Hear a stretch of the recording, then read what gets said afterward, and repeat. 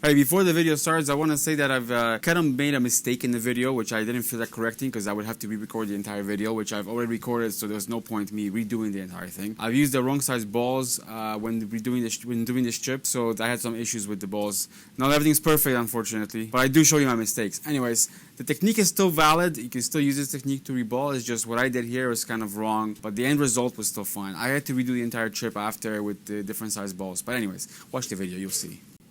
Also, before I start, don't forget to like, share, and subscribe to this channel. I'm going to have great new videos coming up. I have a great video coming up, hopefully next week. Here's a bit of preview, what to expect. I'm not going to say any more than that. If you follow me on TikTok, you've seen videos of this. This is going to be very interesting, some vintage stuff here. That's all I'm going to say. Check on TikTok what I posted.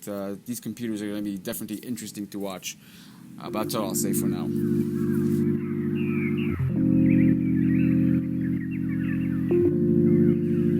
Hey, thanks for being here for another video.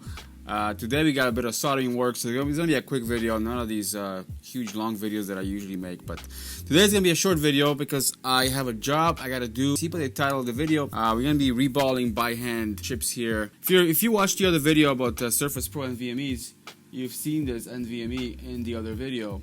So this is a self-contained NVMe controller and memory all in the same chip. And so I got a job this week to do Surface Pro, and this is what happened. As you see, the chip split in half. So what happens is I guess this happens. So once in a while, you come with heat and the top layer separates. I actually seen it move, but I tried my best not to have it separated. But unfortunately, when I flipped it off the board, it just came apart. So I guess there was no way to saving this really.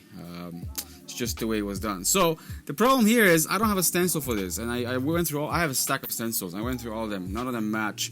Like even if the holes were off a little bit, you can still kind of use it. But in this case, you can't do that. So if you haven't seen the other video about Surface Pro, I'm gonna link it above. But anyway, let's get to this video. This is one method of reballing by hand. I'm sure other people have other methods.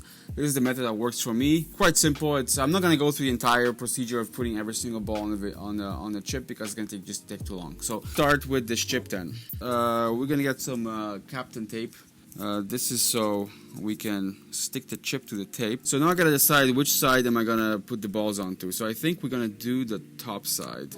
This side right here. So we're gonna do this side. So I've already prepared this chip by cleaning the chip itself. So one doing this is it's putting the Kapton tape underneath and then laying the chip on the bottom heater. Bottom heater right here. So we're gonna lay it down on here, and then we're gonna do maybe 5-6 balls at a time. Just turn the heat on and let it melt. The problem is if the pads on the chip are too close, if you do too many balls and you turn the heat on, they might kind of gravitate to each other. So we want to avoid that from happening. Now we're gonna get some flux. Now we don't need too much flux. Really, you just want a thin layer. And if you have like a brush to spread it with, that's even better. I'm gonna use. Let me try using this. Let me just clean this up. Not the best tool for the job, but definitely.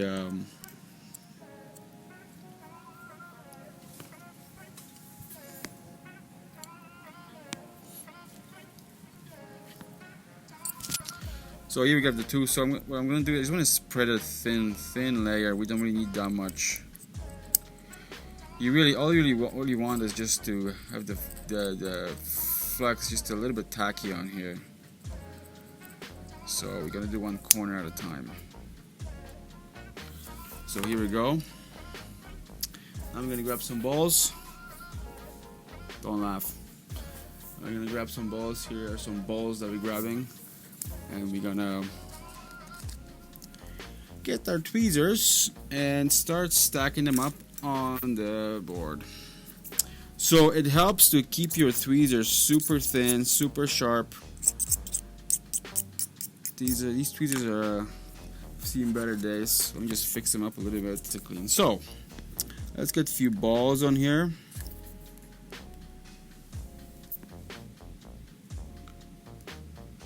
Hopefully these are not too small. These are the largest ones that I do have, so that's what we're gonna use.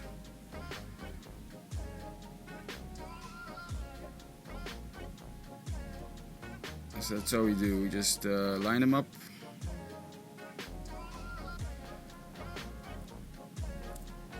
And you can use heat gun if you want, but the problem with using a hot air station is you're gonna push these balls and they're gonna fly all over the place, and we don't want that. But even still, the way you see it here, what's gonna happen is just by doing the top corner here, some balls will kind of jump to each other, and that's to be expected.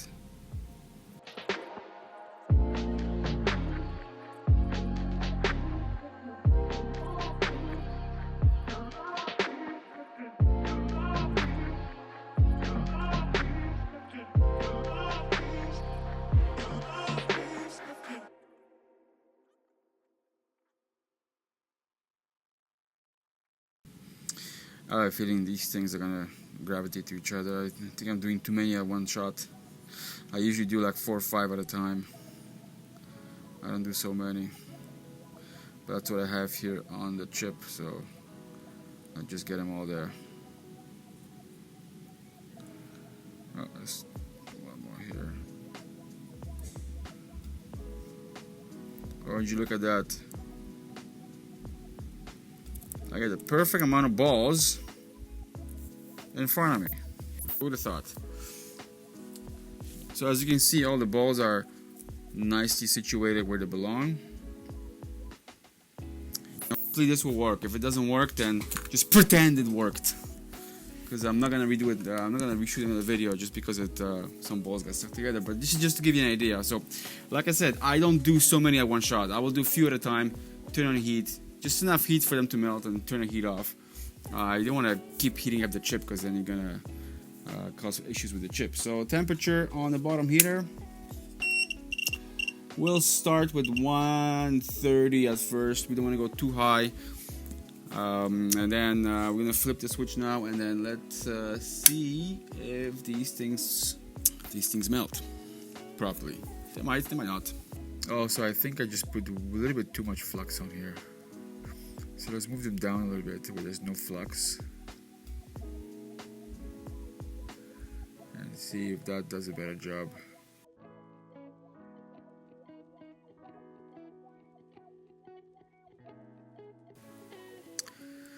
So here we go, just a few balls, much less flux. And see if these things solder on. You can see them starting to melt. This one here is in a spot. This one there, not yet.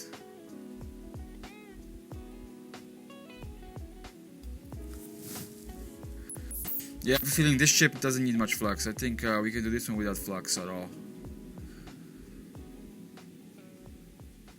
Because you see, it's now that we don't have much flux, these ones here are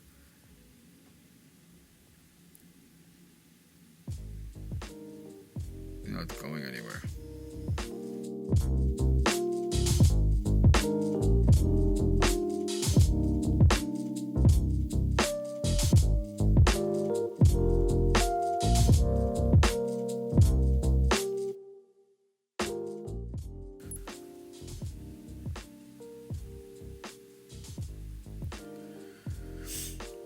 And here we go.